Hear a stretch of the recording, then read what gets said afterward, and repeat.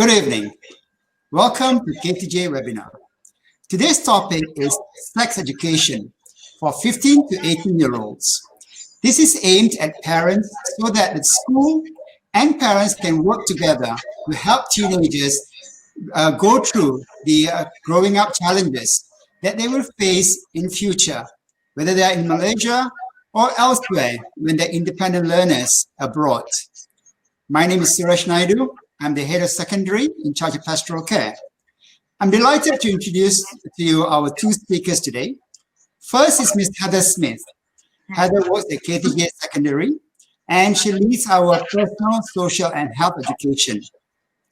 In this role, she meets with many students, and she understands the challenges that the students go through and the questions that they have, and questions that sometimes they are too shy to ask other people. We also have Ms. Rachel Esau here. Ms. Rachel works at KTJ Secondary and is also a parent of two teenage children, a boy and a girl.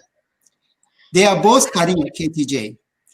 Rachel's experience in mentoring our students is invaluable here, as she engages in our young learners' interests, especially in topics which piques their curiosity. The webinar will last about 30 minutes. The first 20 minutes is for the presentation, and the last 10 minutes is for questions and answers. And please, if you have any questions, please feel free to type it into the chat function, and we'll be very pleased to answer the questions at the end of the webinar. Again, this webinar is aimed at parents in order for us to understand what they can do, what they need to know about their growing children. With that, I hand over the session to Heather. Thanks, Suresh.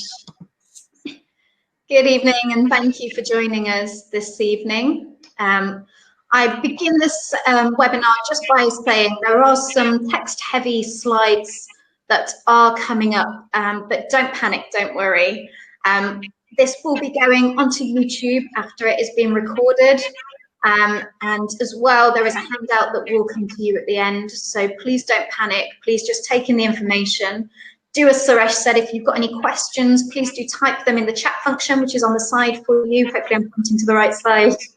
And those questions will go through to Suresh, who will answer those, ask those of us anonymously at the end. So he's not going to read out anyone's name. So if you do have any questions, don't be afraid to ask them.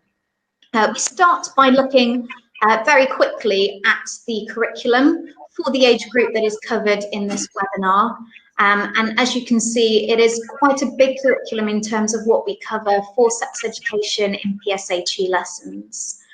The way we form the curriculum is to first look at the UK sex education curriculum and to look at what they deem age appropriate, what the issues are that are arising there. And then we align that with Malaysian law and Malaysian culture and making sure it's respectful of those things. We also talk to the students. I talk particularly a lot to the students. They often know a lot more than we think they know, and they're often keen to know a lot of things that perhaps we don't cover. So it is something that we're constantly doing when we're thinking about forming the curriculum. You'll notice there's a little bit of repetition. In Form 4 and Form 5, they might later cover those topics in lower 6 and upper 6. And that is for a couple of reasons. The first being that a lot of new students join us in the 6th form, so it's important that they get equal information on these topics, but also it's really good for our students that have come through the school to be able to revisit those topics in a little bit more depth and really make sure they've fully understood. And if there are new questions that have come up in that time, then they feel able to ask those questions. So we're going to go over a couple of topics this evening that kind of encompass all of these topics, and those are healthy relationships, grooming and sextortion, sex in the media, and pregnancy, contraception, and STDs. And we're just going to go over what we cover with the students and how you can support that as parents with making sure those messages are enforced and that those discussions are had at home for the benefit, which you will see in a moment is quite great. The first topic we'll look at is healthy relationships.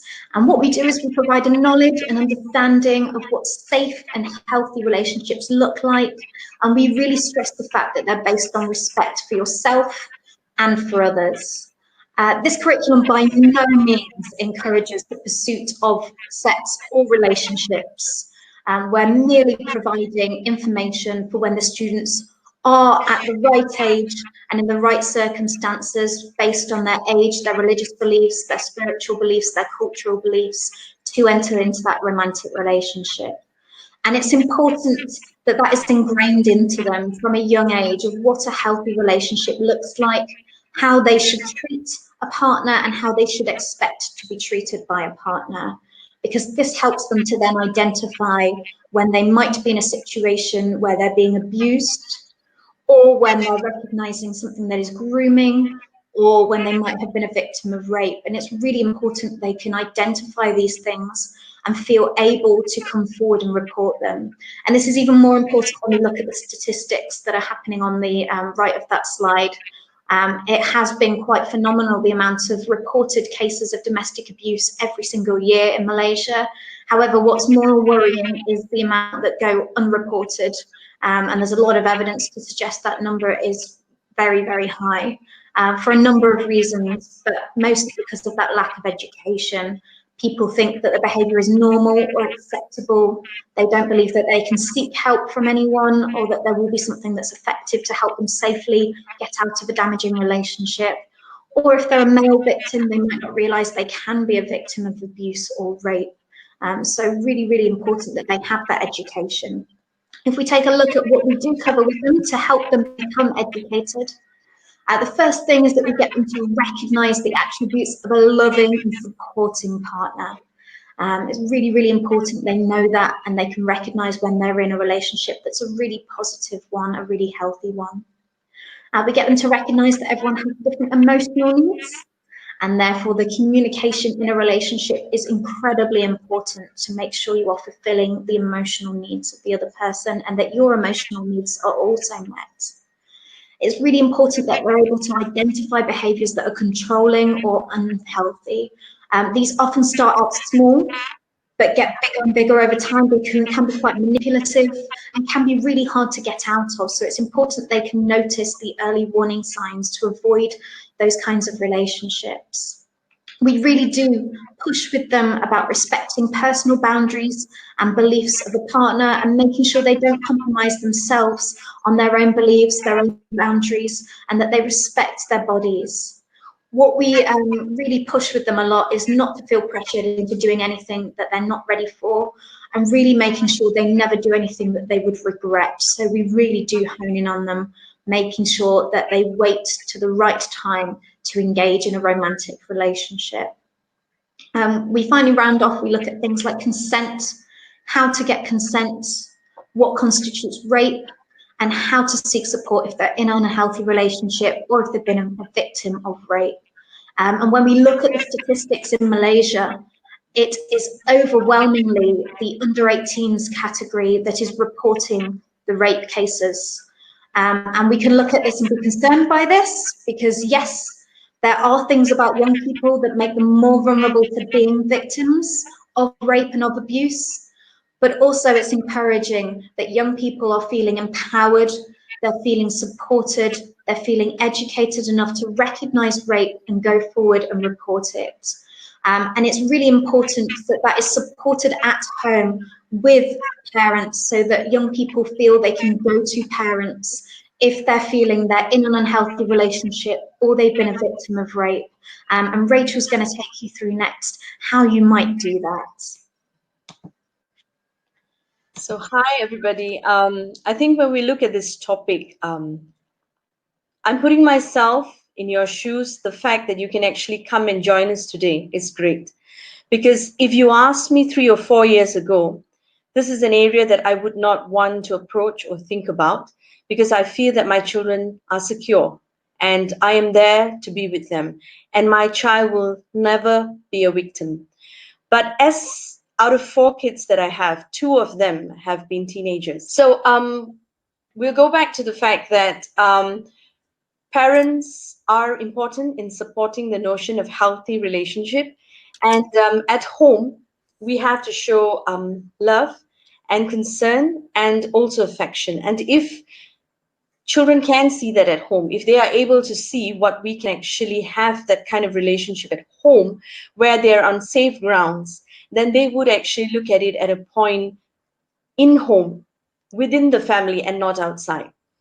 The other thing that is important is when they watch a TV program, a music video, or even an advertisement. And I do sit with my children looking at what Netflix offers now. We notice that these shows actually have so much influence indirectly or directly. And so the option we have is to either turn off the TV and say you don't watch, or look at the TV programs that are relevant to them, yet sit with them and tell them that there are issues here that you need to know about. Because this is when we can actually convey what we believe, what we think, and this will actually help them to understand that we know what they face. We know what the world throws at them, and yet we are by their side to walk with them step by step. And so they would understand then that we care enough to know and point out to them unhealthy relationships and what is the best way to resolve and how to move away from there. Now, the most difficult part is the third bullet for me, where if my children were to enter a relationship, am I going to be supportive? And whenever I look at this kind of question, even in class, I have my students who are teenagers who ask me the same thing. Miss, are you ready to accept if your son or daughter has a relationship? And it's a romantic relationship. And when I walk down the corridor teaching here, I would have to face that. To be honest, I wouldn't have. But when I look at it, I have two options: either to cut it off straight away from them and say, no, you can't do this, or build that bridge with them and speak to them about it and say, okay, what is it about this person that you like so much? What do you want to know about this person? Why don't you just want to be friends with everyone? What gets you interested in this relationship? So what I'm trying to do is I'm trying to build my relationship with my child. I'm trying to give my child to express their opinion, because as teenagers, they are very, very vulnerable. And, when they look around and if they see a friend of theirs having a relationship, they want to be in that same boat. They want to be known. They want to be in the group. They don't want to be left out. So we have that option of going in and stopping it totally, but we have an option to walk with them through it. And we can address our issues to them. We can actually tell them, okay, maybe why don't you just be friends? Get to know the person first. But if they are in that phase where they are excited about it, then we have to find another way around it. And we have to also get to know who they are talking about and who is this new person. Can we be friends to find out, is it really someone that can be trusted? Who is this new person? And when they see that, they know, okay, I'm able to look up to my mom. I'm able to see what she's able to share with me. Now, if any of my children were to tell me that they have someone that they know who is in a troubled relationship, I always tell them we need to highlight it. We need to red flag it. But in order for me to do that with my children, I need to set a time with them. And every week, I have 4 children, and I spend 1 hour a day with one child alone. And why do I do that? It's because that is the time they pour out to me what are the struggles that they go through, what are the struggles their friends go through that they are so concerned about. And if I don't build that relationship with them, they are not going to open up to me. And I'm just going to assume that my child is safe, everything is fine, it's not going to happen to my child. But it isn't like that anymore. And so that's why it is important that we are having this session. And as a parent, I was always in the shoes believing that this is not an area that we need to talk about. But as I see my children grow, as I see the kind of information thrown at them, I believe that every single moment we spend with them is so precious and it's so crucial. I've had my elder 2 teenagers, one boy and one girl, open up to me and tell me, what are their struggles, which I never thought they would have. And then I realized, oh, this is an area that we need to work and speak about.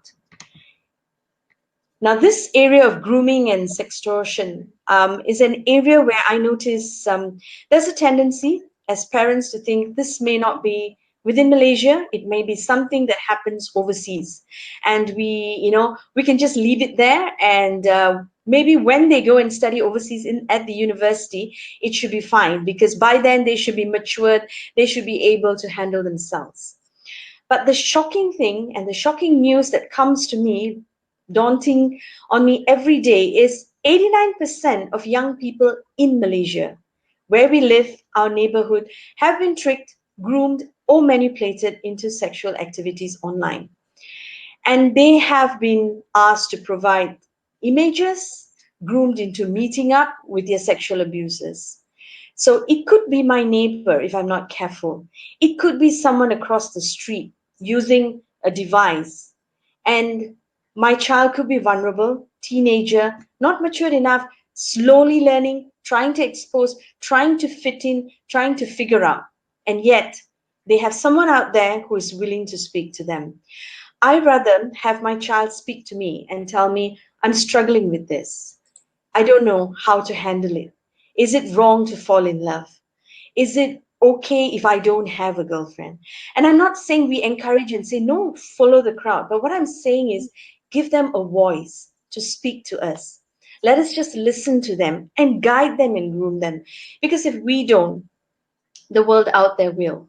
And there are so many cases that I've encountered where children from schools where they are not protected, in the public schools where they walk out, and there are people out there waiting to groom them and tell them about how much of money they can make from it. Education is not important. And they find that attractive because when they go home and speak to their parents are not open about it. And that is scary. So when we look at predators, what are they looking at? They're looking at victims, teens, because they're young, they're excited, and they have a good friend online who is willing to get to know them better. I have people in my mentor group who have mentioned, is it all right to play online games with someone who's a stranger, but he's so nice and he's so friendly? And I feel so comfortable to share a lot of things. And I say, you have to really think it through. Is this person really genuine? Do you know how he looks like? How does he tell you? What does he tell you? And because they are so young, the first thing they said, oh, but they are so nice. And I said, yes, they are nice, but are they really nice? And it's something we don't know. But if we sit with them and tell them, look, you need to be aware of this. What you post online, what are the images and you put out there can attract a lot of people. Understanding how people will manipulate into romantic relationships, send images and how they get you into an abusive relationship, how they identify and how do you respond to this pressure? Because sometimes they're all alone, they don't know whether they should share, or they made that mistake, one photograph, and they feel so hopeless, so guilty, they don't know whether they can come up to you and speak to you. And so understanding the way, speaking to them, supporting them, and making sure they are not a victim, or even if they are friends, then they feel they are not left alone in a world that offers so much more, and it may not always be right. So when I move on to my next slide, what do we do then as parents? One is when we encourage our teens to move their laptops out from their bedroom and always to cover their webcam when not in use. Now, why is it important to get them out from their bedroom? Because there's a tendency of our teenagers, they love the bedroom, they are alone there, they have their time, and for them to do what they're comfortable with. But it is at that time that they may encounter strangers coming in, inviting themselves to a game, and exposing them to things that is actually not good. And if you don't have that thing where they've moved out or have a quick check, we really don't know how far they get themselves into that situation. The other good thing is tightening up security settings and social media accounts. Now, initially when I started out, I never wanted my children to have Instagram. Um, or TikTok, because I felt this was something I couldn't control them with. But I realized something that when my husband and I sat and discussed is it's either we totally restrict them, or they tend to open an account on a stranger's account or a friend's account that we are not aware of and we are not monitoring, and it can go worse. So what we did was we allowed them. Okay, you can have, but one rule was I said you must allow me to be in that group to see what you're posting. And if there are things that they get excited, they post, I don't embarrass them or stop their Instagram, but I pull them aside and said, this particular post, I know you meant it as a joke, but it doesn't come out that way. Maybe you need to reconsider or pull this out. And when they hear that I'm being kind, I'm not, just cutting off everything, I'm having a conversation, guiding them through, I find that over time, they're willing to share so much more and tell me, yeah, Ma, I had this friend who came in to share this information, but I realized it's not right. So I don't think I can be friends that long with that person because the photos that are coming out are not something I'm comfortable with. And I know if I did not have that conversation or if I did not walk with them through this is something that I would not get with my kids.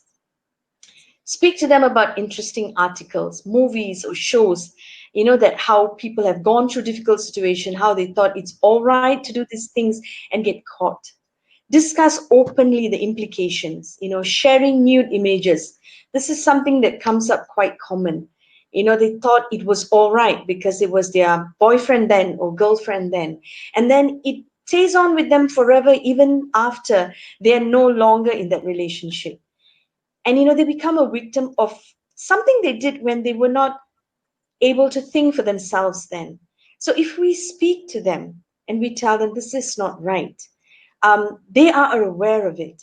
So that when they go to college or wherever they leave the school, if someone else tells them that, they're able to say, oh yeah, I've had this open discussion with my mom.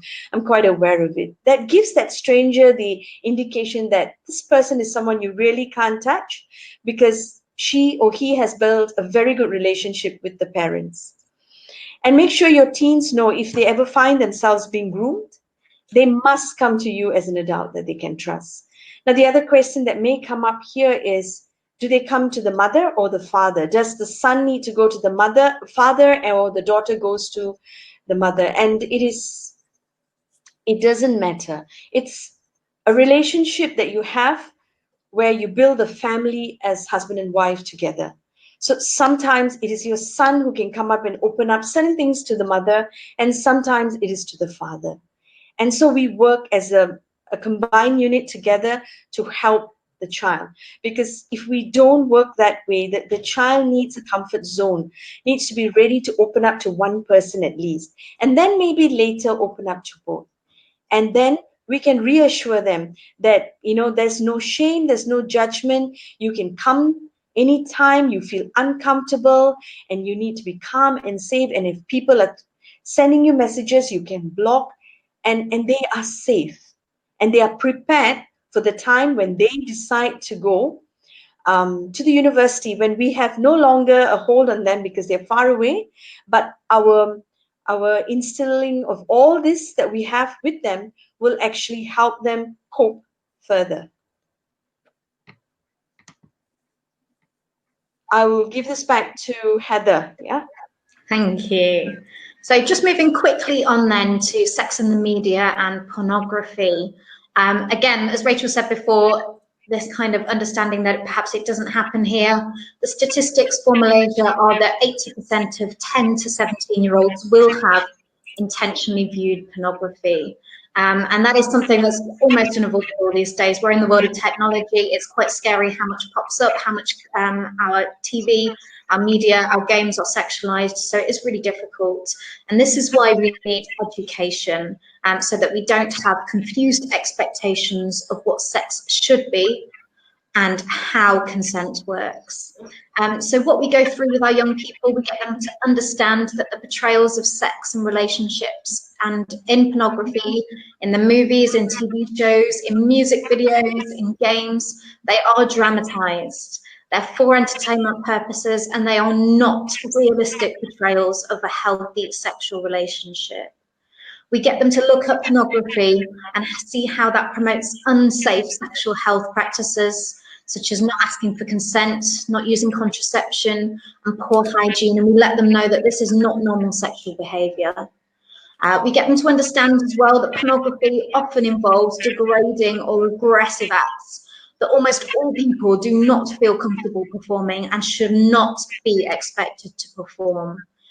We really do stress that communication with the partner about what they feel comfortable with, and never ever feeling pressured to do something or compromise their comfort or their values for the pleasure of someone else. And we really do push that with them. We also get them to see how damaging it can be in terms of body image and self-esteem, because a lot of the bodies in this media is not representative of a normal, healthy body.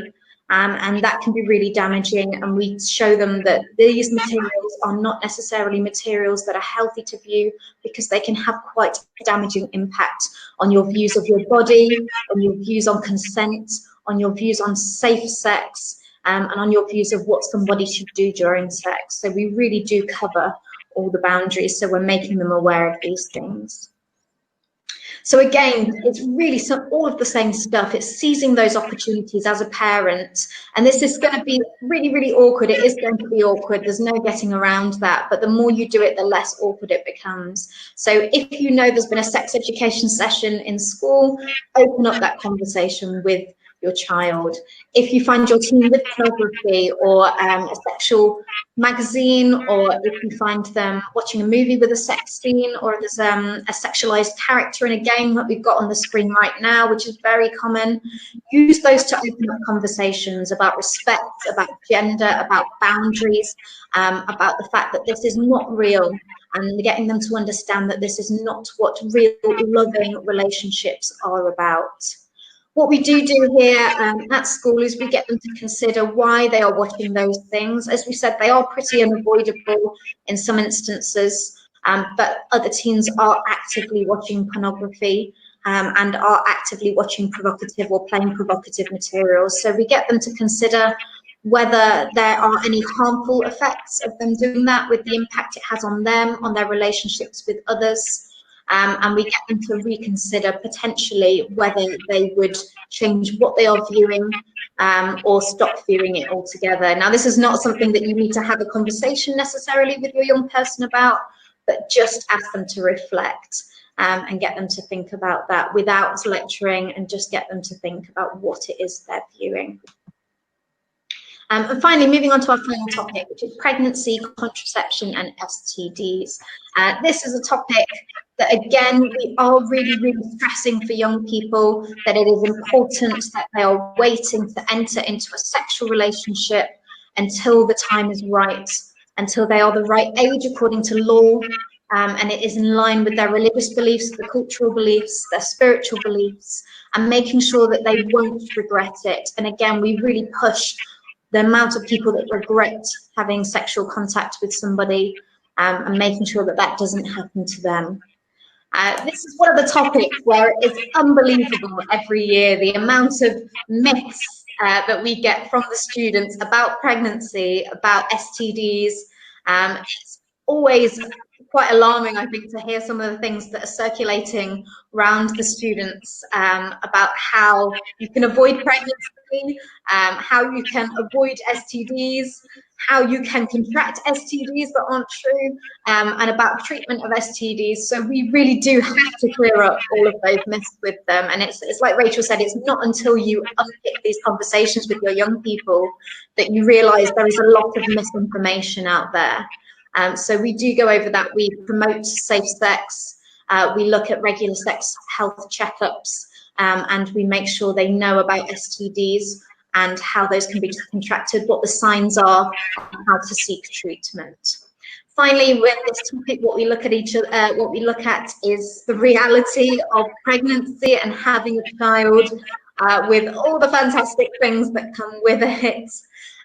We often have, especially young teenage girls, who perhaps aren't too sure what they want to do with themselves. They haven't got a clear career path. They want to fill that void and they want to be useful, and they think, I know, I'll start a family.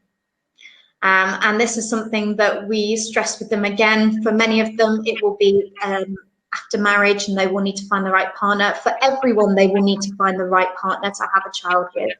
We get to know the realities of day-to-day life of being a parent, and we ask them to consider that. And we also get them to look at what their friends might be doing whilst they're looking after and raising a family if they have a family too young. So we really do stress with them that it's about waiting for the right time for pregnancy as well, and making sure they don't push that. Over to Rachel now to debunk some final myths about sharing sex education. Thank you, Heather. So we just have to remember this, that when we talk to our kids about sex and contraceptions, we're not just telling them, okay, go ahead and you can have sex as soon as possible. We're not. And this isn't true. But we're just telling them, look, this is out there. When you walk there, this is what people are going to tell you. And we are educating you at home. And studies have shown that teens who feel that their parents are willing to open conversations about sex are more likely to delay having sex and use birth controls and condoms when they do. They are more careful because they have been helped through that process that they are going through. If we look at what parents can do to open up conversations, seize opportunities to discuss when you're watching movies, TV shows, like what I mentioned about Netflix just now, music videos. If you know they're having sex education in school, speak to them about it. Ask them what surprised them, what they learned from it. If you have a pregnancy in the family, try to involve them in care of the family member and the child. Be honest about the struggles and sacrifices that come with raising a baby, as well as the joy. But they need to know what the whole process is and the responsibility involved in that. Speak to them or share with them different articles, videos, and try to open up discussions. Encourage them to talk sexual health seriously by seeing a gynecologist, a sexual health nurse. Even if they're not sexually active, it is fine. It's just knowledge that you need to do. And as teens, we don't want them to be in that situation, but we want them to know about the knowledge and the consequences. And also be open about beliefs. I mean, tell them what you feel about it. Tell them your beliefs, your religion, your spiritual aspects of it. Not to be judgmental, but you're telling them, this is our belief based on our religion. This is what we think and we do. And if they do not agree to you, don't cut them off, but have that conversation and ask them why. And you give your explanation, and then it becomes an open discussion, and then they would see your point of view. And it's not something that we pass down to them, hoping to just give them a yes or no, but giving them a time to reflect and speak and think together with us. Back to you, Heather. Thank you. Just to finish off then, there is a lot of fantastic websites. There are a lot of fantastic websites that are really great for helping parents to open up conversations with young people to get more education. It is okay to say to a young person, if they ask you a question, I don't know, let's find out together. And the handout that I am sharing, hopefully with you now, has got those links on, as well as some top tips, so that you can feel more confident about opening up these conversations with your young person, in order to make them feel more comfortable. The key is communication. They do need to come to you if they're worried, if they're scared, but also that opening up that channel is less likely then to be promiscuous, to have sex before they're ready, to be secretive, to deliberately go against your wishes. And it's really about you showing that you're educated by doing the research for yourself as well, and looking at these with your children. And they're fantastic resources on these websites, and they're just a handful. So please do have a look at the handout that has been uploaded on the files section, and that should be giving you some help. We now move over to the question and answer section of the seminar, and we'll see if we have any questions from Suresh.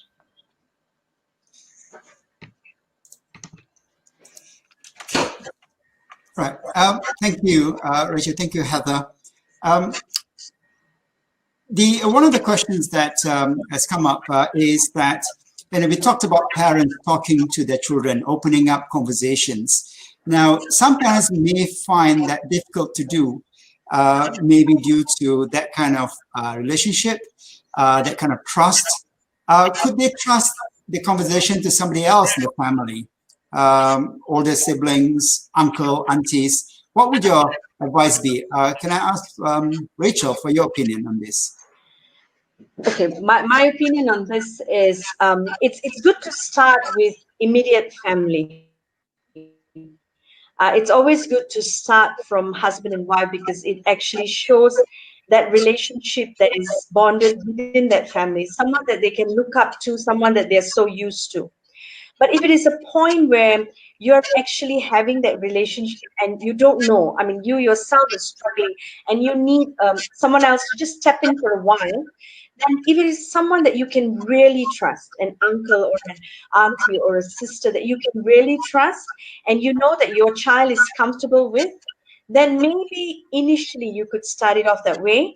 But I always feel ultimately it is the parents' relationship with the children that needs to bond and needs to be built upon. Yeah. I think a really good way to do that as well is if you are handing over to somebody else, just sitting in that conversation as well is a really good way to hear how they handle it, for you to learn what that child responds well to. And you may even find yourself naturally wanting to chip in at some point. So it's really good if you can sit in with that family member. Yeah, that would really help. Okay, I've just sent a question out to everybody. A question from a parent. May I know if sex education is being introduced in the college? Heather? Sex education is something that is in our curriculum. It's something we cover all the way throughout the secondary school. Obviously, different topics are age appropriate, so we cover different topics at different levels, but everything is age appropriate. And we do inform parents. You should have received parent letters this year informing you of what was happening. Parents also have the option to contact the college with myself and Suresh if you have any concerns, so that we can either lay those to rest or we can accommodate those concerns in our lessons. And we are very, very happy to take on any parent input that you might have, as well as student input on the curriculum for sex education. Okay. Another question. By talking about sex education, aren't we actually making students more curious about the topic? Young people are naturally curious. It's in their hormones, and it's also in the amount of technology they have surrounding them. It is unavoidable, unfortunately. We know from working with the primary school that even at a young age, young people are being increasingly exposed to these materials, even when we put in very secure measures in terms of online security. So unfortunately, we've got to the point now where we can't assume that we can be ignorant anymore. We have to make sure we are educating our young people. And as we said, once we start to open up those conversations and once young people are educated, they are actually less likely to act in a way that is promiscuous or that is unsafe or unhealthy. And we know this throughout the world. This is shown to be true. Should parents be worried if their younger children start asking questions to do with sex?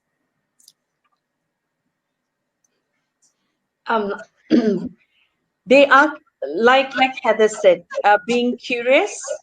They want to know a lot. They talk to different people. There's internet there to tell them everything. So you'll be surprised. It is actually the younger generation who know a lot. And so the question is, it's no longer something we can hide from them. It is shocking, but it's always good to ask them, okay, how did you know about this? Why was it, why were you curious about this? How did you, find out? And then you realize that it's no longer you educating your children, but your children are educating you on what's out there. and that, it's no longer 16, 17-year-olds who know about it, but it's 11 and 12-year-olds or even younger who are already exposed to it. Sometimes I wonder why movies are rated as PG-13 or 16, because at a very young age they've exposed themselves to so many things which I feel are not appropriate for the children, but they are already aware of it. Some terms that my children tell me that I have to sit back and ask them, actually, what does it mean? And then I realized, oh, they're learning this outside. So yes, it is a shocker, but it's the reality that it is coming to our children at a very young age. They are no longer secured in a bubble because technology is so easy to them. And so they get it anytime, any age, actually, from a very young age. Yes. There are some really good resources for young people as well. I know I had a KTJ parent asking me about good resources for his younger children, and I pointed in the direction of some books that are child-friendly, that explore sex at an age-appropriate level for young children. And that book has made the rounds now on a number of KTJ parents because they find it a really safe educational way to talk to their young children without giving them too much information, but giving them the information that they need. Heather, I've got a question for you. Now, we talked about, that sex education is being introduced at school, at KTJ. In term one, we did write to all the parents, and we mentioned that just now. How can a parent be sure that their religious beliefs and their spiritual beliefs, their family values, are respected in the classroom when sex education is being delivered? Okay, so training happens for all of our mentors, and it is something we're looking increasingly at. The mentors are, if they're not comfortable necessarily with the materials, they're normally paired up with another mentor who is more confident. And normally we try and balance as well and have a Western member of staff with a Malaysian member of staff so that there is a balance of views there, and that so we can make sure views are respected. Ultimately, the staff aren't there to deliver their views. Ultimately, the staff are there to give educational resources and to make sure the students explore those in a safe way. They can intervene and they're trained to intervene should they need to, should anything come up that is offensive. And they will discuss with the students why that might be offensive or why that might be something that is needing further discussion. But as a parent, if you do have concerns, I really do encourage you to get in contact with us. We want our parents to be involved in developing our curriculum as much as we ask our students to be involved in developing that curriculum. We work with students from all cultures and we welcome parents also from all cultures to help us develop that curriculum. So please do get in touch if you have any concerns. There's a question from a parent here. It's quite a long question, but I'll read it out. If I see some of my child's friends using sexual vocabulary or sexual innuendos in their social media, or watching movies which they should not be watching without the knowledge of their own parents, what should I do as a parent? I'm worried that some parents might be offended, as it could not be my place to advise their own child. How should we approach this? This is a situation that I can relate to because when my son was very young, I'm going to be very open here. Actually, had got into the car and asked me, "What is pornography? Is it all right for me to watch it?" And I'm glad he opened up because then I could actually explain to him what our spiritual beliefs were. I could tell him what was not right about it. But then I took one step further to ask, who was it, that actually introduced that concept to him. And then he told me a group of friends who wanted to just watch it together, but he was too scared, so he wanted to get my permission because he didn't know what he was getting involved in. Now, for me, if I want to talk to another parent, I always see whether it's a parent that I know very well, that is able to knows me well enough to accept and say that it is a motherly or fatherly concern. But if it's a parent that I don't know, I feel it's a concern, then I normally go through the school. I would bring it up to the school and say, there is this concern that I have because it came to my son's attention. I don't know the parents very well, and I feel because it can be a school matter, because if they were going to watch this together, whether off school or at school or what, whichever situation, um, it can be a matter later. So I would actually bring it to the relevant people in the school, in the pastoral care, like Mr. Suresh is one of them, and I would say, this is my concern, and could you address this issue? But if it is a close friend that I know and my child, then maybe I would look at the situation and then I would actually speak to the parent. But it is definitely a sensitive issue. It is a struggle because you can't just tell your son, okay, stop all connection with this friend, because they're teens. And in the next minute they forget and they are excited about a game together, which has nothing to do with pornography initially. But this is a daily issue that we will face. And these are struggles that parents have. And so sometimes you can speak to the parents, but most of the time you may have to go to the authorities of the school just to help out, not to judge, not to pinpoint, but just to help the other child as well. Yeah. Okay, thank you, Rachel. Thank you, Heather. So we have reached the end of today's webinar. And thank you everybody for the participation and the questions. If you have any other questions that you wish to ask or like, please do send us an email. My email address is came through the email that you received when you registered for this webinar. And if not, you can always contact us through the school as well. Our contact details are available on the school website. A recording of this webinar will be available on YouTube in the next few days. Please do refer your relatives, your family members, should you feel that this would be useful for them as well. We are, as a school, while we are very concerned and wanting the best for our students, we also have a responsibility towards the outer out of KTJ as well.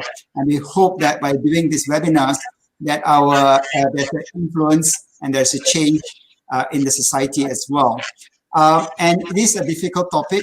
It is something that we have carefully considered, but as a school, we would like to prepare our students for the real challenges.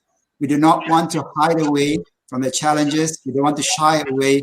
We want to prepare our students and equip them with the skills to cope with the challenges that they face.